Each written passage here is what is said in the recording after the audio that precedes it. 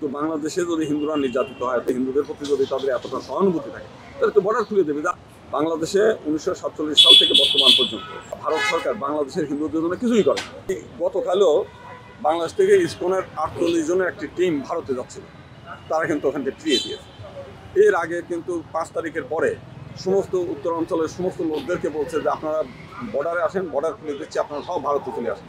ভারতের একজন রাজনীতিবিদ সে বলছে 2 কোটি হিন্দুকে আমরা জায়গা দেবো, কিন্তু ওই বর্ডারে গিয়ে তাদের শুধুমাত্র ছবি তুলেছে, ভিডিও করেছে, জলে 7 রান ছবি তোলা, জলের মধ্যে দাঁড়ায় থাকেন ছবি তোলা, এরকম ছবি তোলা নিয়ে হয়ে গেছে। একদিন দাঁড় করা রেখে তারপর ফেরত পাঠিয়েছে। তাদের জন্য কিন্তু 1 বোতল জলও দেয়নি, 1 প্যাকেট বিস্কুটও দেয়নি।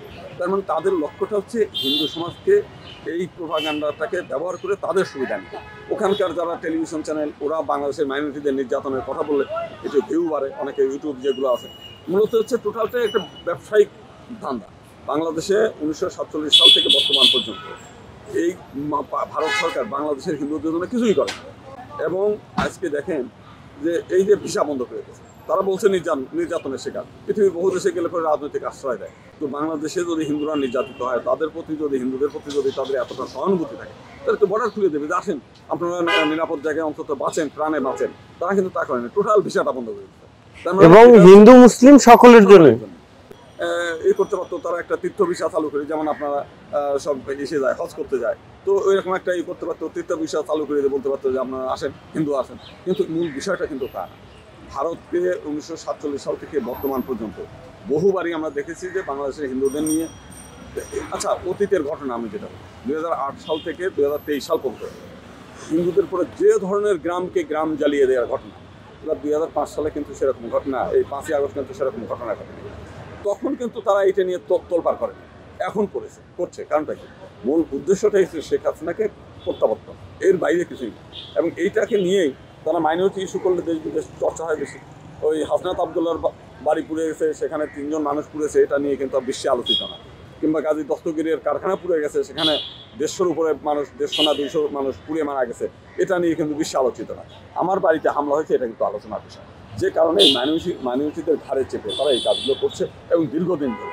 এবং তারা যে প্রোপাগান্ডাগুলো চলছে বিভিন্ন টেলিভিশন চ্যানেলে, প্রচার হোক, প্রোপাগান্ডা হোক, যেটাই হোক, এবং অতিরঞ্জিত হোক, রঞ্জিত হোক, মানে এটা কিন্তু অতীতে হয়নি, বর্তমানগুলো করছে। এটার পিছনে কারণটাই ওইটাই যে বিশেষ সুবিধা নিয়ে, কখনো কখনো আর্থিক সুবিধা থেকে থাকে। কারণ পতিত যে সরকার, তার কাছে হাজার হাজার কোটি টাকা সেখানে আছে, সেই টাকার কিঞ্চিত অংশ তো তারা বিভিন্ন জায়গায় ব্যয় করছে, সেটা আমরা সংবাদ পাই।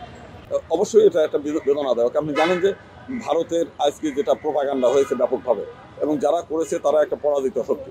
তারা ওইখানে এমনভাবে দেখিয়েছে যে বাংলাদেশের হিন্দুদের অবস্থা মানে দুর্যোগ চলছে। শুধুমাত্র চিন্ময়ের বিষয়টা, আসলে ব্যক্তিগতভাবে আমি বলি, চিন্ময়ের কিন্তু এত লোক নাই। চিন্ময়ের কিন্তু সারা বাংলাদেশে কোনো কমিটি নাই। সেখানে লোক বল দিচ্ছে অন্যেরা, সেখানে অর্থবল দিচ্ছে অন্যেরা। চিন্ময় তার আয় রোজগার করে না। তো চিন্ময়কে সামনে রেখে, এমনকি ইসকনও কিন্তু এর সঙ্গে যুক্ত না, ইসকন থেকে বহিষ্কৃত এই লোকটা। তো সব কিছু মিলেই একটা বড় ধরনের চক্র, যারা আমাদের হিন্দু সমাজের সঙ্গে মুসলিম সমাজের একটা দ্বন্দ্ব সংঘাত ঘটিয়ে ভারত থেকে যাতে বাংলাদেশের উপর চাপ সৃষ্টি হয় এবং এই পরাজিত শক্তিকে যাতে আবার পুনর্বহাল করা যায়, এখানে পুনঃস্থাপন করা যায়, সেই চেষ্টাটার অংশ হিসেবে এটার ষড়যন্ত্র ভারতে বসেও হচ্ছে, এই ষড়যন্ত্র অন্য জায়গায় বসেও হচ্ছে, এবং বাংলাদেশের অভ্যন্তরের মধ্যে হচ্ছে। যে কারণে ভারতের সর্বোচ্চ পর্যায় থেকে আজকে এই নিন্দাবান্ধা হচ্ছে, বিদেশেও অনেক জায়গায় এই নিন্দাগুলো হচ্ছে। এই ষড়যন্ত্র, এটাও কিন্তু একটা বড় ধরনের ষড়যন্ত্র। এবং সবাই তো তাই বলছে, সবাই বলছে যে এমন মানে যেটা পরিবেশ পরিস্থিতি যা বোঝায়, তাতে সবার ধারণা যে এইটাই মূলত তাকে ট্রাম্প কার্ড হিসেবে ব্যবহার করে এদেশে হিন্দু মুসলিম এর মধ্যে একটা দ্বন্দ্ব সংঘাত তৈরি করে তারা সুবিধা নিবে, এইরকম একটা পরিস্থিতি তারা তৈরি করতে চায়। এবং এইটা যে একেবারে শেষ হয়ে গেছে তা না, ভবিষ্যতেও তারা কিন্তু এই ধরনের প্ল্যান তাদের মধ্যে আছে। হ্যাঁ, সাইফুল হত্যার যে ঘটনাটা, একটা উদীয়মান আইনজীবী, শুধুমাত্র সে মারা গেছে, তার বাবা মার স্বপ্ন ধ্বংস হয়ে গেল তা না। একটা বাচ্চা মেয়ে আছে, সে তার বাবার স্নেহ থেকে বঞ্চিত হবে। সে ভবিষ্যতে নয়তো তার বাবা তাকে বড় কিছু বানানোর একটা ইচ্ছা ছিল, সেটা শেষ হয়ে যাবে। কোথায় সংসার চলবে? তার স্ত্রী একজন মানে একটা ইয়াং বয়সের একটা মেয়ে, যার সারা জীবনের স্বপ্ন স্বামীর সঙ্গে সংসার করবে, ছেলে মেয়ে মানুষ করবে, নাতি নাতনি নিয়ে ঘর সংসার করবে, আজকে তার জীবনটাও কিন্তু ধূলিসাৎ হয়ে গেল। আমরা এই ঘটনার তীব্র নিন্দা জানাই। শুধু তাই না, আমরা চাই যে এই ঘটনার সঙ্গে যারা জড়িত, যারা এজাহার করেছেন এই ঘটনায়, তারা বলেছেন যে ছাত্রলীগ, যুবলীগ এবং আওয়ামী লীগের মানে নেতাদের পূর্ব পরিকল্পিতভাবে তারা তারা এই আন্দোলনের সঙ্গে মিশে গিয়ে তারা এইখানে হামলা করেছে, হত্যা করেছে। তো আমরা চাই যে এই ঘটনা যারা ঘটিয়েছে তাদের তো হত্যা হবেই, মানে তাকে তো মানে উপযুক্ত শাস্তি দিতেই হবে। এই ঘটনার পিছনে ইন্ধনদাতা যারা, তাদেরকেও খুঁজে বের করতে হবে যে কারা ইন্ধনদাতা এবং কারা এর সঙ্গে যোগসাজশকারী, কারা পরিকল্পনাকারী, তাদেরকেও আইনের আওতায় আনতে হবে।